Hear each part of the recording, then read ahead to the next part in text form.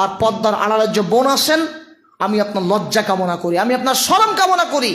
গ্রামের মানুষ, আপনি কলসি কাকে করে নিয়ে পুকুরে পানি আনতে যাওয়া হারাম।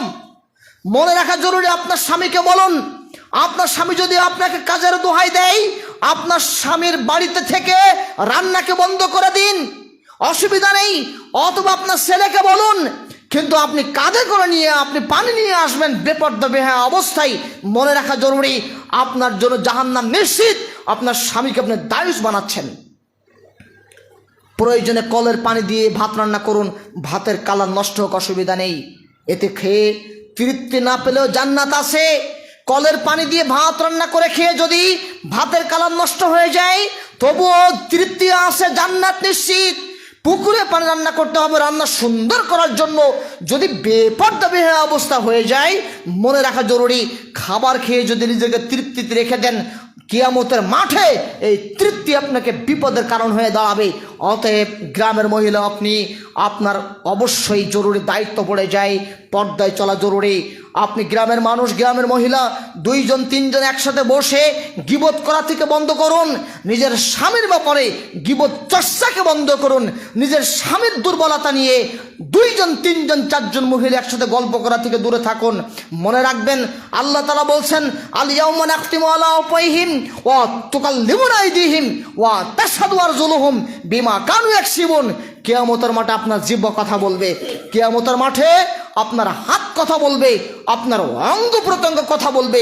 সেদিন যদি এই গীবতের ব্যাপারে আপনার মুখ কিয়ামতের মাঠে বলে দেয়, আপনার হাত যদি সাক্ষ্য দিয়ে দেয়, আপনার পা যদি সাক্ষ্য দিয়ে দেয়, কত বিপজ্জনক কঠিন অবস্থা হয়ে যেতে পারে আপনি একটু চিন্তা করে দেখুন। অতএব পর্দার আড়ালে বোন, আপনাকে আমি অনুরোধ করে বলি, লজ্জা কামনা করি, দয়া করে বেপর্দা অবস্থায় চলাফেরা করবেন না। 2 জন 3 জন 5 জন মহিলা একসাথে বসে স্বামীর দুর্বলতা অভাব নিয়ে দয়া করে কটু মন্তব্য করবেন না, যেটা বিপদের কারণ হয়ে দাঁড়াবে, যেটা শয়তানকে সন্তুষ্ট করা হবে। অতএব আপনার স্বামীর দুর্বলতাকে আল্লাহর কাছে দোয়া করুন। আপনি স্ত্রী, আপনি যদি দোয়া করেন আল্লাহর কাছে, আল্লাহ বরকত দিবেই, নিঃসন্দেহ দিবে। আল্লাহকে বলুন, আল্লাহ নিশ্চিত বরকত দিবে। আল্লাহ দেওয়ার জন্য প্রস্তুত। মানুষ শুধু চাইবে, কার কাছে চাইবে? আল্লাহর কাছে চাইবে। মানুষ চাইবে, আল্লাহ তাআলা দিবেই। মানুষ চায় না, আল্লাহ তাআলার জন্য দেয় না। মানুষ চায় না, দুর্বলতা কথা বলে না, এই জন্য আল্লাহ তাআলা দেয় না। অতএব আপনার আমার প্রত্যেকের জরুরি দায়িত্ব পড়ে যায়, আপনি আমি যে অবস্থায় থাকবো, এই অবস্থাকে শুকরিয়া আদায় করব। হালাল যদি রিজিক হয়, রিজিক যদি হালাল হয়, শুকরিয়া আদায় করবে 1 বার না কোটি বার। হারাম খেয়ে চলাফেরা করে নিজেকে ভালো মানুষ মনে করিয়েন না। রিজিক যদি হারাম হয়, ইবাদত কবুল হবে না।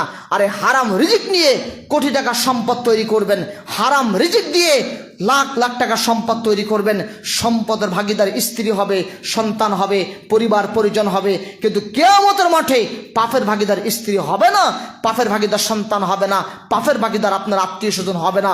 অতএব আপনার দায়িত্ব পড়ে যায় রিজিকের ক্ষেত্রে হালাল উপার্জন করা। স্ত্রী যারা আছেন, যারা মহিলা যারা আছেন, তারা অবশ্যই মনে রাখবেন, আপনার স্বামীকে বলেন, শোনো, আমি তোমাকে অনুরোধ করছি, আলুর কেজি এখন 50 টাকা, পেঁয়াজের কেজি এখন 120 টাকা। তুমি দয়া করে হারামভাবে উপার্জন করিও না। হালালভাবে যদি 100 গ্রাম পেঁয়াজ হয়, যদি একটা আলু হয়, সেটা নিয়ে আসো। চাউল যাই হোক না কেন, যেটুকুই পারো সেটুকু নিয়ে আসো। কিন্তু কোনোভাবে তুমি হারামভাবে উপার্জন করে এই বৃহৎ দ্রব্যমূল্যের বৃদ্ধি উদ্যোগের দিকে তুমি মূল্যায়ন করতে গিয়ে হারামের কাছে মাথা নত করিও না। স্ত্রী হিসেবে আপনার দায়িত্ব পড়ে যায় স্বামীকে এইভাবে নসিহত করা। আল্লাহ তাআলা আপনাকে আমাকে সকলকে তৌফিক দান করুন, ইসলামের অনুযায়ী চলাফেরা করার তৌফিক দান করুন, কোরআন সুন্নাহ বিধিবিধান মেনে চলা তৌফিক দান করুন। আমিন।